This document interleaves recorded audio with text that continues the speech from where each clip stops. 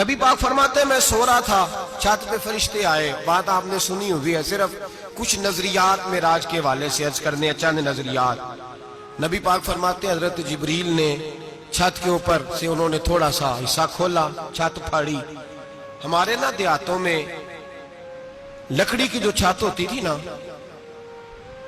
اس پہ ایک بندہ بھی اگر چلتا تھا نا تو گھر کے جو بزرگ ہوتے تھے کہتے تھے پتہ کرو چھت پہ بندہ ہے کوئی. ایک آدمی فٹافٹ بزرگ جاگ جاتے ہیں، کہتے پتہ کرو بھائی.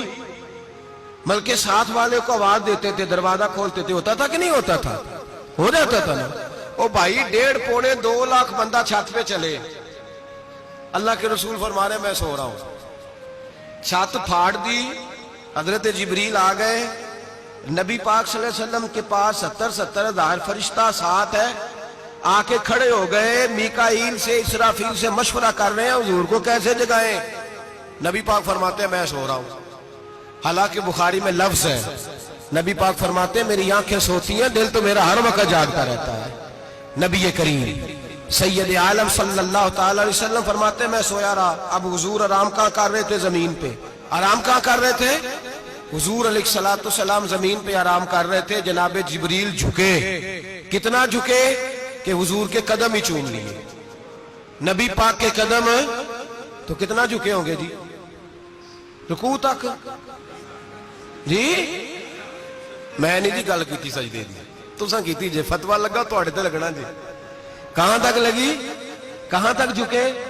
اعلیٰ حضرت کہتے ہیں حضرت جبریل نے سجدہ نہیں کیا نبی پاک. میرے اعلیٰ حضرت کا کمال یہ ہے کہ شریعت بھی بچ جاتی ہے اور عشق کو بھی پورا سکون مل جاتا ہے.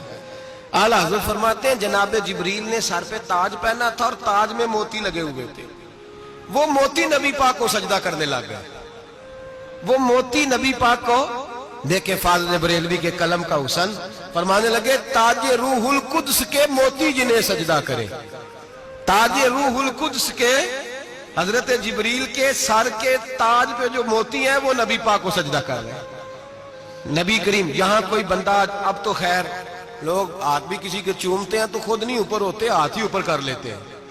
اب تو مزاج ہی بدل گیا ہے. فرمایا رسول کریم صلی اللہ تعالی علیہ وسلم کے لیے جبریل جھکے تو پیروں تک، اور نبی پاک علیہ السلام کے قدم چومے. حضرت جبریل نے حضور جاگے، اٹھایا نبی کریم کو اور کہا یا رسول اللہ رب آپ کی ملاقات کا شوق رکھتا ہے. اللہ آپ کی ملاقات کا شوق رکھتا ہے. حضور فرماتے ہیں مجھے اٹھا کے تو جبریل حتیم میں لے گئے. اور پھر یہ بخاری کے لفظ ہے، فرمایا یہاں گلے سے لے کر ناف تک میرا سینہ کھولا، میرا دل نکالا، آب زمزم میں رکھا. اس لیے نہیں کہ نبی پاک کے دل کو برکت حاصل ہو جائے، اس لیے کہ آب زمزم کو برکت حاصل ہو جائے. امتی رج رج کے پیئے کہ یہ وہ والا زمزم ہے جس نے ہمارے مصطفیٰ کے قلب اطہر کو چوما ہوا ہے. نبی پاک صلی اللہ علیہ وسلم فرماتے ہیں میرے سامنے کھولا اور میں دیکھتا بھی رہا. دل کھل گیا، سینہ کھل گیا اور میں دیکھتا بھی رہا. اور نبی پاک فرماتے ہیں خون بھی نہیں نکلا، اس لیے کہ حضور کی حقیقت نور ہے. نبی پاک کی حقیقت نور ہے. ورنہ بشر کے حضور اگر صرف بشر ہوتے تو کٹ بھی لگے تو خون نکل آتا ہے. میرے رسول کریم سید عالم صلی اللہ علیہ وسلم فرماتے ہیں پھر جبریل امین مجھے براق پہ بٹھانے لگے.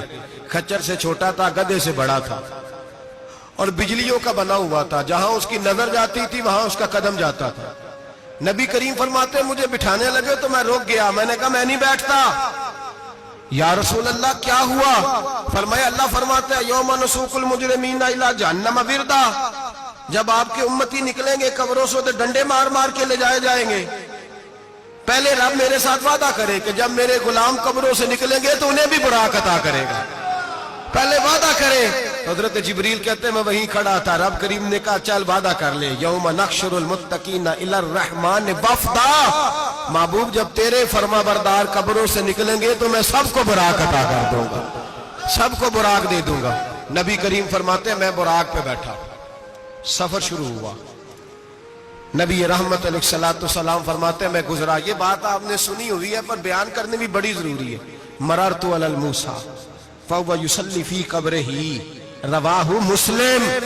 او خدا کے بندو، اللہ تبارک و تعالی ہدایت کا نور دے، کہاں بیٹھ کے قرآن و سنت پڑھتے ہو؟ کیوں نہیں عقیدے کو سمجھتے؟ نبی کریم علیہ السلام نے فرمایا میں معراج کی رات گزرا، یہ سنی کان کھول کے سنے، دل کھول کے، صحیح مسلم کی حدیث، فرمایا میں معراج کی رات گزرا تو حضرت موسیٰ اپنی قبر میں کھڑے ہو کے نماز پڑھ رہے تھے۔ حضرت موسیٰ اپنی قبر میں، بولے سارے، اپنی قبر میں، حضرت موسیٰ اپنی قبر میں کھڑے ہو کے، اب آؤ حضرت سعید بن مسیب تابعی ہیں، صحابہ کے شاگرد ہیں، وہ کہتے ہیں جب یزیدی فوجوں نے مدینے پر حملہ کیا اور یزید کا مقرر کردہ امام آیا تو صحابہ کرام مسجد نبی چھوڑ گئے، 3 دن تک مسجد میں نماز، کہا ہم یزیدی امام کے پیچھے نماز نہیں پڑھیں گے۔ مدینے پہ حملہ ہوا، مکے پہ حملہ ہوا، حضرت سعید بن مسیب کہتے ہیں میں دیوانہ بن کے، مجنون بن کے اندر گھس گیا، یزیدی فوجیں سمجھی میں دیوانہ ہوں، شاید پاگل ہوں، مجھے انہوں نے تکلیف کوئی نہ دی۔ فرماتے میں نبی پاک کی قبر کے ساتھ ٹیک لگا کے بیٹھا تھا، زور کا وقت ہوا تو میں رونے لگ گیا، اب میں نماز کیسے پڑھوں گا، اذان کا کیسے پتہ چلے گا؟ آپ فرماتے ہیں مجھے اللہ کی عزت کی قسم، جب اذان کا وقت ہوا تو نبی پاک کی قبر سے اذان کی آواز آنے لگی۔ فرماتے ہیں جب جماعت کا وقت ہوا تو حضور کی قبر سے اقامت کی آواز آئی، پھر جماعت کی آواز آئی، اور میں نے اپنے نبی کے پیچھے زور کی نماز ادا کی، حضور کے پیچھے۔ حضرت موسیٰ اپنی قبر میں نماز پڑھے اور میرے رسول تو قبر میں جماعتیں کراتے ہیں، حضور جماعتیں کراتے ہیں، اور آپ فرماتے ہیں میں 3 دن مسجد، کان کھول کے دل کھول کے سنو، ہم نے کوئی ریڈی میڈ عقیدہ نہیں اپنایا، ہم کوئی دائیں بائیں سے پکڑ کے نہیں لے آئے کہ وہ فلاں آیا تھا بہت بڑا، اس نے جبہ کبہ پہنا تھا تو اس کے پیچھے لگ گئے۔ ہم کسی کو نہیں مانتے، ہم تو مانتے ہیں رسول اللہ کے غلاموں کو، ہم تو مانتے ہیں صحابہ کو۔ ہمیں حضرت سعید بن مسیب بتا گئے ہیں کہ جو کہے تجھ کو مردہ وہ مردہ ہے واللہ، تو زندہ ہے واللہ، تو زندہ ہے واللہ، تو زندہ ہے واللہ، میری چشم عالم سے چھپ جانے والے میرے رسول کریم صلی اللہ علیہ وسلم نے فرمایا موسیٰ اپنی قبر میں کھڑے ہو کے نماز پڑھ رہے تھے۔ حضرت موسیٰ اگر زندہ ہے تو جو موسیٰ کے بھی امام ہے، جو جناب موسیٰ کے بھی ایسے ہی فٹافٹ، ہم پہ تو کسی کا روب طاری نہیں ہوتا، اتنی موٹی جلدیں لوگ کتابوں کی دے جاتے ہیں، کہتے پڑھو جی کی لکھے ہے، میں کیا اصل میں اس کے دل میں پیار نہیں، اس نے صرف محمد لکھ کے صلی اللہ علیہ وسلم لکھا ہے، یہ تھوڑی دیر بیٹھتا بریلی کے امام کے پاس تو اسے بتاتے ہیں حضرت محمد نے لکھنا چاہیے، لکھنا چاہیے امام الانبیاء، سرور کون و مکان، تاجدار حل عطا، لکھنا چاہیے مشکل کشا، حاجت روا، حبیب خدا محمد مصطفیٰ صلی اللہ۔ تمہیں تو نام نہیں ڈھنگ سے لکھنا آتا، تم مصطفیٰ کی بات کیا کرو گے؟ تمہیں کیا خبر؟ میلاد کی بات آئے تو جائز نہیں، معراج کی بات آئے تو کہتے ہیں خواب میں ہوئی تھی، کیا بغض ہے، رٹا کیا ہے؟ اعلیٰ حضرت فرماتے ہیں کھائے تجھ کو تپے سکر، تیرے دل میں کس سے بخار ہے؟ حضور کی شان کی بات آتی ہے تو اڑ جاتا ہے۔ ابو بکر صدیق سے پوچھ، ابو جہل نے آ کے کہا تیرا رسول کہتا ہے میں 18,000 سال کا سفر 1 منٹ میں طے کر آیا ہوں، زمین جنت دوزخ ہر شے دیکھ آیا، ابو جہل کہہ رہا ہے۔ ابو بکر صدیق فرمانے لگے اگر محمد عربی نے کہا ہے تو حق اور سچی کہا ہے، اگر رسول اللہ نے کہا ہے تو حق اور ماننے والا، عقیدہ بنا ماننے والا۔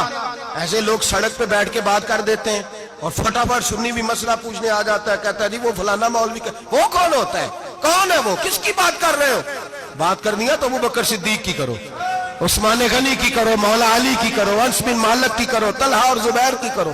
ہم کسی دائیں بائیں والے شخص کی بات نہ کرتے نہ سنتے، ہم پہ نہیں کسی بندے کا روب طاری ہوتا کہ چل دوڑ جا، ہم تجھے کیا سمجھتے ہیں؟ ہم تو سمجھتے ہیں اس کو جس کی بات سے رسول اللہ کی پیار کی خوشبو آتی ہے۔